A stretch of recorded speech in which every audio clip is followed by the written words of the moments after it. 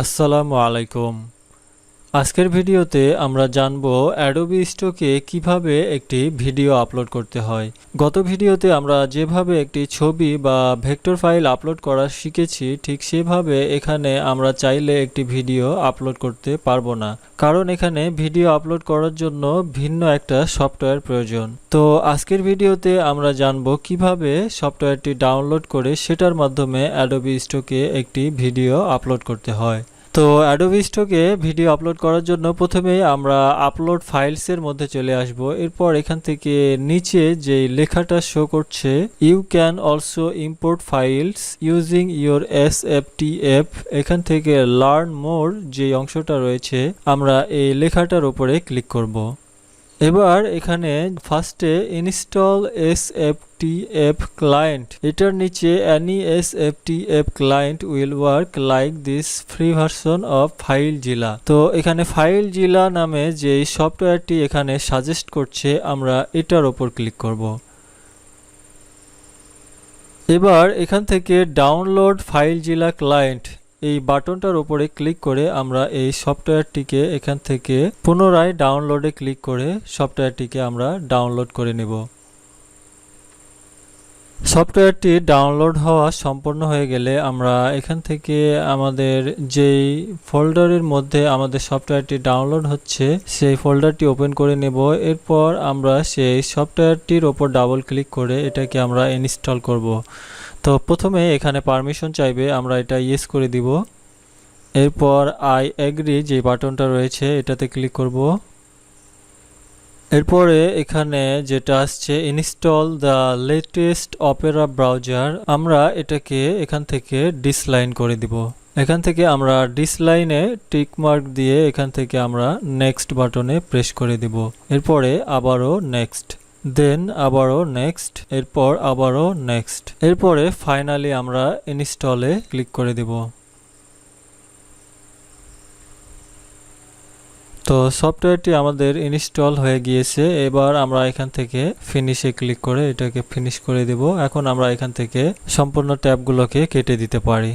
তো আপনারা দেখতে পাচ্ছেন যে সফটওয়্যারটি আমাদের এখানে ওপেন হয়ে গেছে এবং এখানে ডিসপ্লেতে কিছু ফোল্ডার এবং এখানে নিচে কিছু ফাইল নেম দেখা যাচ্ছে। তো আপনাদের ক্ষেত্রে যখন আপনারা ফার্স্ট টাইম এই সফটওয়্যারটি ওপেন করবেন তখন এখানে স্ক্রিনে কিছুই থাকবে না। আমি যেহেতু এটা এর পূর্বেও ব্যবহার করেছি তো সে কারণে এখানে কিছু ফোল্ডার নেম এবং ফাইল নেম শো করছে। তো আপনাদের ক্ষেত্রে এগুলা সবগুলাই ফাঁকা থাকবে। তো এই সফটওয়্যারটি ব্যবহার করার জন্য প্রথমে আমাদেরকে অ্যাডোবি অ্যাকাউন্টের সাথে আমাদের এই সফটওয়্যারটি কানেক্টেড করে নিতে হবে।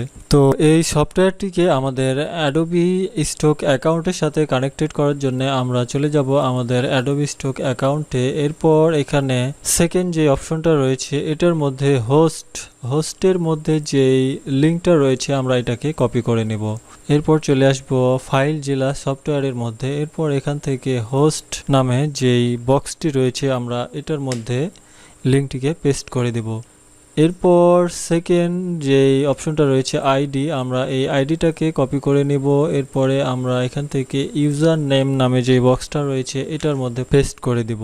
এরপরে সর্বশেষ আমরা জেনারেট পাসওয়ার্ড নামে যে বাটনটা রয়েছে এটার উপর ক্লিক করব। তো এখানে নতুন একটি পাসওয়ার্ড জেনারেট হবে। আমরা এই পাসওয়ার্ডটি সিলেক্ট করার পরে কপি করে নেব। এরপর এখান থেকে আমরা পাসওয়ার্ড নামে যে বক্সটি রয়েছে এটার মধ্যে পেস্ট করে দেব। এরপর এখান থেকে কুইক কানেক্ট যেই বাটনটা রয়েছে, এখন যদি আমরা এটাতে ক্লিক করি তাহলে আমাদের এই সফটওয়্যারটি আমাদের অ্যাকাউন্টের সাথে কানেক্টেড হয়ে যাবে। তো আপনারা দেখতে পাচ্ছেন যে কানেক্টেড হয়ে গেছে। এখন আমরা এখান থেকে আমাদের ভিডিওটি যেই ফোল্ডারের মধ্যে রয়েছে আমরা এখান থেকে সেই লোকাল সাইটটা সিলেক্ট করব। এরপরে নিচে আমরা ফাইল সিলেক্ট করব। তো এখানে আমাদের ফাইলটি ডেস্কটপে রয়েছে, যে ভিডিওটা আমরা আপলোড করতে চাচ্ছি, আর ফাইলটি আমরা এখান থেকে সিলেক্ট করে দেব এইটা। তো তো এখান থেকে আমরা যখন যেই ফাইলটা আপলোড করব সেই ফাইলটার উপরে আমরা এখান থেকে যদি ডাবল ক্লিক করি তাহলেই আমাদের ফাইলটি এখানে আপলোড হওয়া শুরু হয়ে যাবে। ঠিক একইভাবে আমরা যদি একাধিক ফাইল এখান থেকে আপলোড করতে যাই, একাধিক ফাইল বা ভিডিও, সেক্ষেত্রে আমরা সেগুলোর উপরে ডাবল ক্লিক করলে এখান থেকে আপলোড হওয়া শুরু হয়ে যাবে। তো আমরা এখানে একটা মাত্র আপলোড করে দেখাবো, আপনারা চাইলে একাধিক ফাইল এখান থেকে আপলোড করতে পারেন।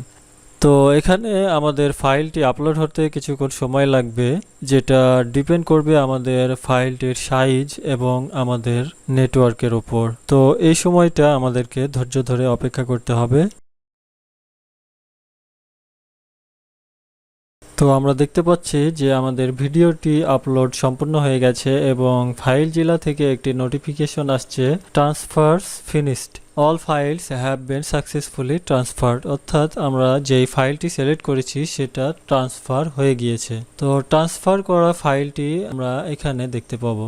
এখন যদি আমরা এটাকে মিনিমাইজ করে যদি আমাদের অ্যাডোবি স্টকের আপলোড ফাইলসের মধ্যে যাই এবং এটাকে আমরা পেজটাকে যদি এখান থেকে রিফ্রেশ করি, এখন দেখেন যে এখানে আমাদের আপলোড করা ফাইলটি অটোমেটিক চলে আসছে।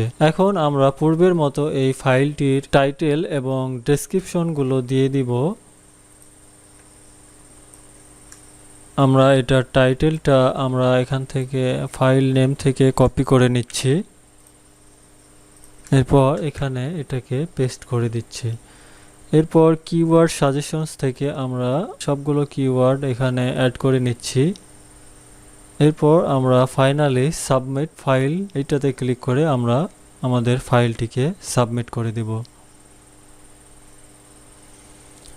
তো আপনারা দেখতে পাচ্ছেন যে আমাদের ভিডিওটি এখন ইন রিভিউতে চলে গেছে।